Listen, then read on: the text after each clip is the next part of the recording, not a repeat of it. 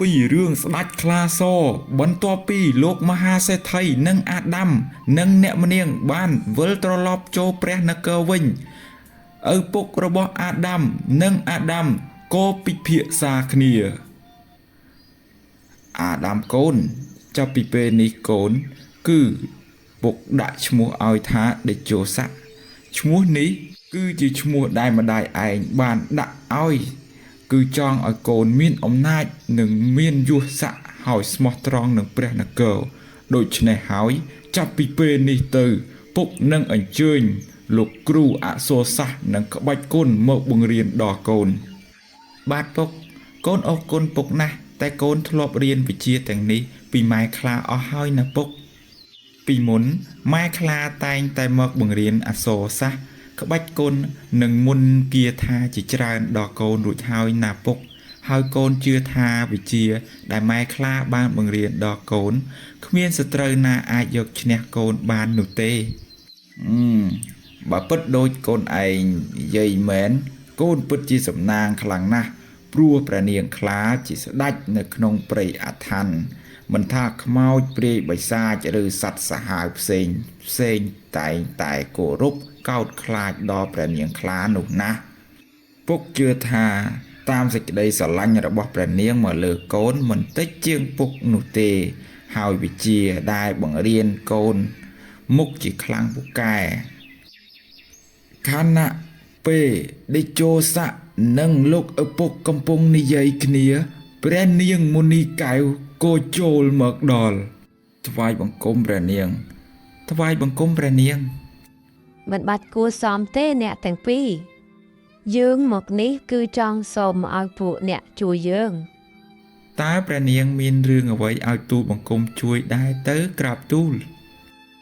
កាលពីប៉ុន្មានថ្ងៃមុននេះព្រះបិតារបស់យើងត្រូវបានចាញ់ល្បិចសត្រូវរងត្រូវបានពួកវាចាប់ព្រះកាយធ្វើជាចំណាត់ខ្មាំងពួកវាឲ្យបិតាយើងឡាយប្រហ័សប្រគល់ទឹកដីមួយចំនួនទៅឲ្យជនជាតិវាជាធ្នូនឹងការដោះដូរឲ្យមានរូបរាងជីវិតយើងដឹងថាទោះបីជាត្រូវស្លាប់ក៏បិតាមិនប្រគល់ទឹកដីឲ្យទៅពួកវាដែរ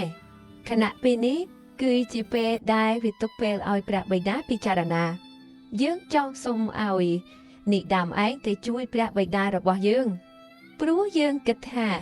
មានតែនាយទេដែលអាចជួយបិតារបស់យើងបើសិនជានាយជួយបិតាយើងបានយើងមិនភ្លេចគុណនាយនោះទេព្រះនាងក៏មានសវណ្ណីបែបនេះអីក្នុងនាមទូលបង្គំជារាជដែលរស់នៅលើទឹកដីនេះទូលបង្គំក៏មានកាតព្វកិច្ចការពារប្រទេសជាតិនេះទូលបង្គំនឹងទៅជួយព្រះរាជាជាមួយនឹងព្រះនាងយើងអរគុណណាស់នាយអញ្ចឹងយើងឆាប់ចេញដំណើរទៅឈប់សិនព្រះនាងយើងមិនអាចធ្វើដំណើរទៅទាំងបែបនេះទេទម្រាំតែទៅដល់ចំណាយពេលយូរណាស់ព្រះនាងចាំទូលបង្គំបន្តិចសិនតេជោស័កបានបំបាំងកាយនឹងទៅជួបម៉ែខ្លាដែលមានឫទ្ធិអំណាចដើម្បីសុំយោបល់ពីម៉ែខ្លាអាដាមកូនមួយរយៈនេះម៉ែមិនបានមកលេងកូននោះទេព្រោះម៉ែត្រូវបំពេញបារមីនៅទីឆ្ងាយណាកូនហើយម៉ែក៏បានទាយដឹងមុនថាកូននឹងជួបបញ្ហាតិចតួចតែវាគ្មានគ្រោះថ្នាក់ដល់កូននោះឡើយរឿងហ្នឹងម៉ែនឹងឲ្យអន្ត្រីរាជសីនៅការពារកូនវាមិនមែនជាសត្វទេពធម្មតានោះទេណាកូនវាអាចប្រយុទ្ធជាមួយនឹងកងទ័ពទេវតារាប់ពាន់នាក់កាប់មិនមុតដុតមិនឆេះហើយមានភ្នែកទិព្វអាចមើលឃើញរាប់ពាន់គីឡូម៉ែត្រដោយសារតែពីមុនវាបានប្រយុទ្ធជាមួយម៉ែវាក៏ស្ម័គ្រចិត្តនៅបម្រើម៉ែទៅពេលនេះម៉ែនឹងប្រគល់វាឲ្យទៅបម្រើកូនតែកូនត្រូវតែយកឈ្នះវាសិនទើបអាចបញ្ជាវាបានណាកូនបាទម៉ែអញ្ចឹងកូននឹងសាកល្បងជាមួយវាកំឡុងពេលនោះដែរតេជោស័កបានប្រើឫទ្ធិបារមីរបស់ខ្លួនដែលបានរៀនអំពីម៉ែខ្លាបានប្រើទៅលើសត្វឥន្ទ្រីស័ក្តិសិទ្ធិនោះដើម្បីបង្ក្រាបនិងបន្សាំឲ្យស្គាល់ជាមួយនឹងតេជោស័កអានុភាពនៃឫទ្ធិអំណាចរបស់តេជោស័កបានធ្វើឲ្យសត្វឥន្ទ្រីនោះខ្លោបខ្លាចនិងរាប់អាន ដេជោស័កជាម្ចាស់របស់គេបងឥន្ទ្រីរាជសីហ៍ឆាប់មកណេះបងសូមបងជួយជូនពួកខ្ញុំទៅស្វែងរកព្រះបិតារបស់ព្រះនាងមុនីកែវផងទៅណាបងរំពេចនោះព្រះនាងមុនីកែវនិងនាយដាំក៏បាននាំគ្នាឡើងជិះលើខ្នងឥន្ទ្រីរាជសីហ៍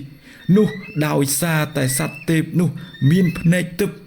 មិនបានមួយយាមផងក៏ទៅដល់កន្លែងពួកសត្រូវរស់នៅនោះភ្លាមពេលទៅដល់ភ្លាមសត្វទេពក៏បាន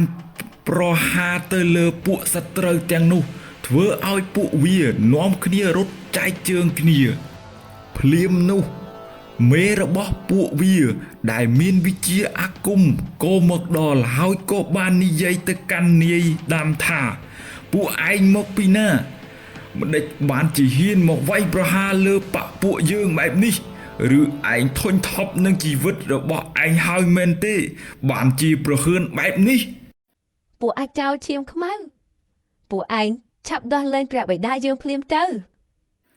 យើងស្មានតែអ្នកណាការពិតគឺបុត្រីរបស់ស្ដេចចក្រពត្តិនេះសោះ ម្ដាយកូនអើយសាច់ឡើងត្រលុកត្រលន់មើលទៅគៀក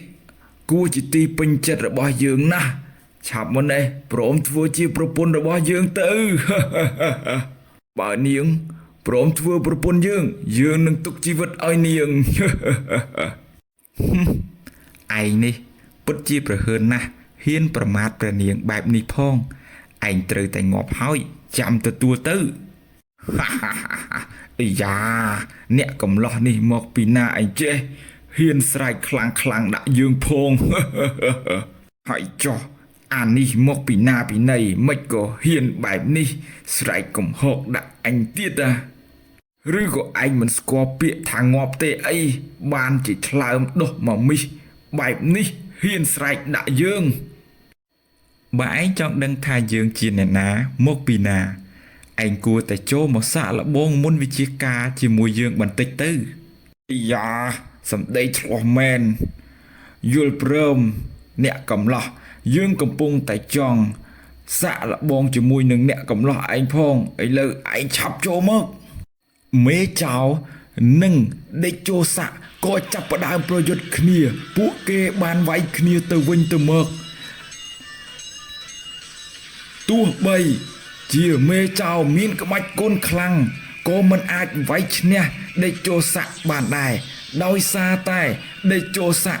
បានទឹកដោះស្ដេចខ្លានិងបានរៀនមុនវិជ្ជាការពីស្ដេចខ្លាដែលជាសត្វទេពកាលរូបគេនៅពីតូចហើយ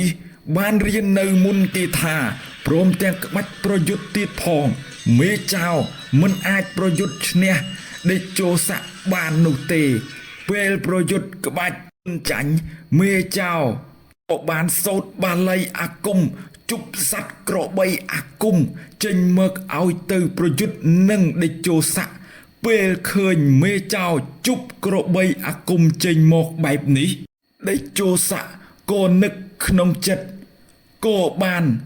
សូត្របាលីជប់សัตว์ដំរីអាគមចេញមកដែរសត្វអាគមដែលកើតចេញពីអាគមទាំងពីរបានប្រយុទ្ធគ្នាទោះបីជាសត្វក្របីរបស់មេចៅមើលទៅគួរឲ្យខ្លាចនិងកាចសាហាវក៏ដោយក៏មិនអាចយកឈ្នះដំរីអាគមរបស់ដេជោស័កបានដែររំពេចនោះនៅពេលដែលឃើញក្របីអាគមរបស់ខ្លួនចាញ់មេចៅ